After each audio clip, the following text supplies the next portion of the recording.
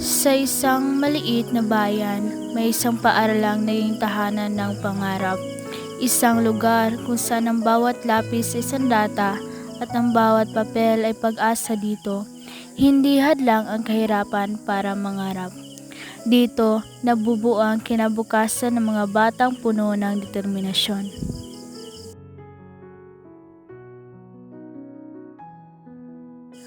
Ngunit isang araw, dumating ang balitang yumanig sa puso ng bawat mag-aaral. Ang paaralang pag-asa, ang tanging sandigan ng kanilang kinabukasan ay isasara.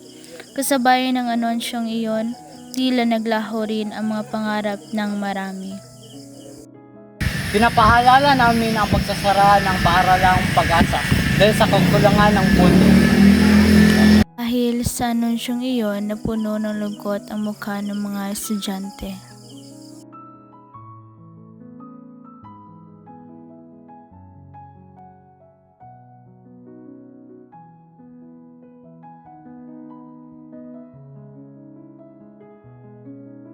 Ngunit sa kabila ng kanilang kalungkutan, ay mas pinili nilang ipaglaban ang kanilang mga karapatan bilang estudyante. Hindi pwede to. Dito lang tayo nakakapag-aral ng libre. Kung mawala ito, wala nang pag-asa ang mga katulad ko.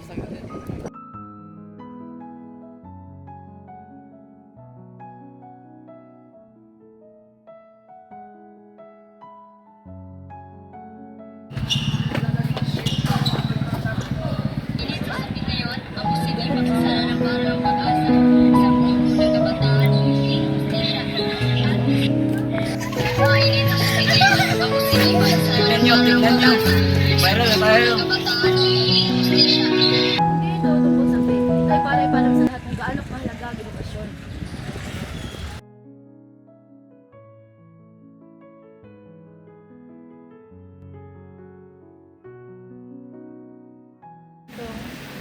Alam kong galit kayo, pero wala na tayong magagawa. Desisyon ito ng gobyerno. Pero tayo mga estudyante may boses. Dapat natin itong ipaglaban. Paano?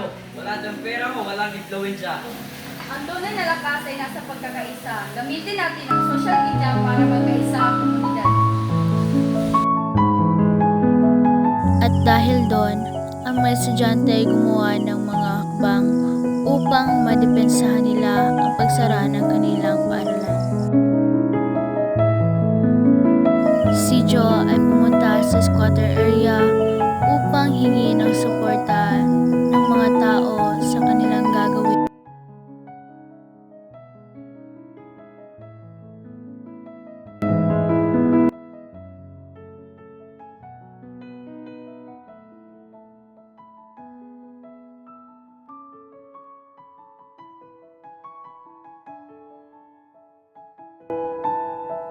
Sa kabilang banda, si Tony ay nagbablog upang ibahagi sa social media kung ano ang kanilang kalagayan.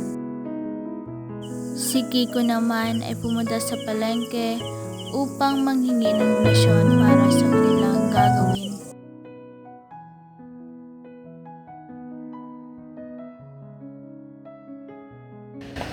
Hindi lang paaralan ang pinaglalaban natin, kundi pati ang karapatan ng lahat na mabigyan ng magandang edukasyon.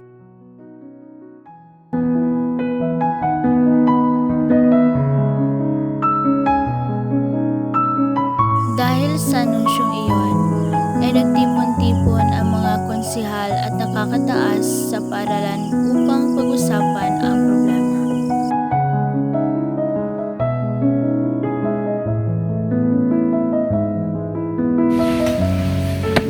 Bakit namin paniniwala mga bata? Wala nang pinta paralan nyo. Kung magiging na matulungan ang pamilya ko, paano kung wala na kaming paaralan? Ang edukasyon ay hindi pribilehiyo. Karapatan namin ito. Tignan nyo ang aming komunidad. Hindi kami susuko. At dahil doon, ang konsihal ay natahimik at nagpalakpakan ng mga guro at estudyante sa nangyari.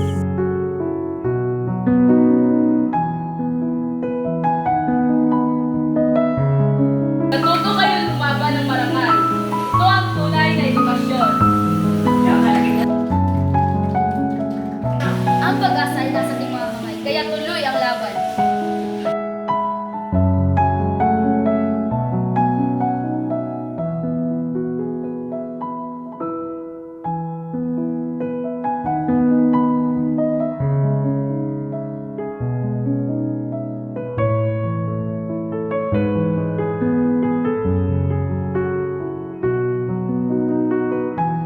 Paglipas ng ilang buwan, natapos ang renovation ng paaralan, ngunit akala nila ay dito na nagtatapos ang kanilang laban.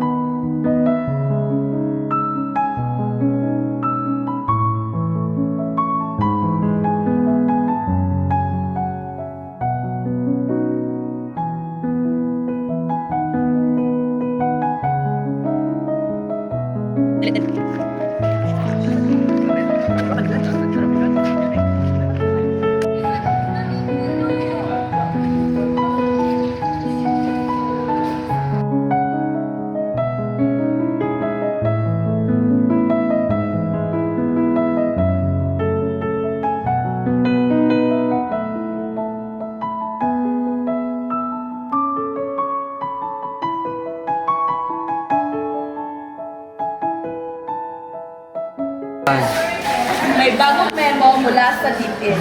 Gusto nilang gawin private institution ang paaralang Pag-asa. Ibig sabihin, may bayad na mag-aaral? Oo, at baka mawalan ng karapatan ang mga mahirap na estudyante.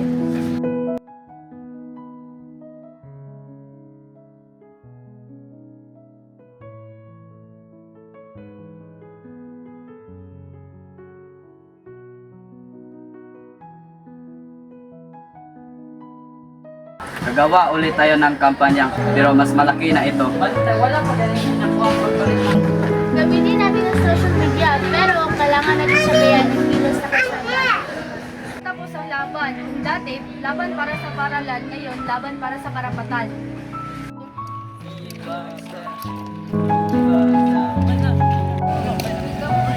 Walang permit dito! Uwi kayo! Hindi permit ang aming kailangan, kundi katarungan! Ibagsak! Ibagsak! Sa kalagitnaan ng gabi, may pangyayaring hindi inasahan ng marami.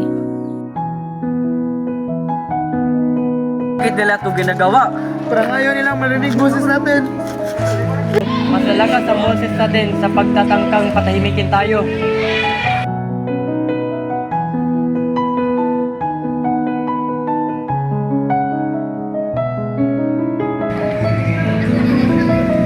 Pag naging private ang paralan, kita tayo sa lupa.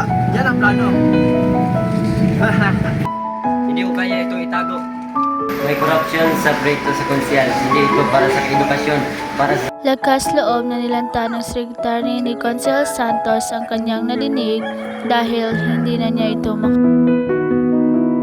ang anonsyong kinagulat ng marami.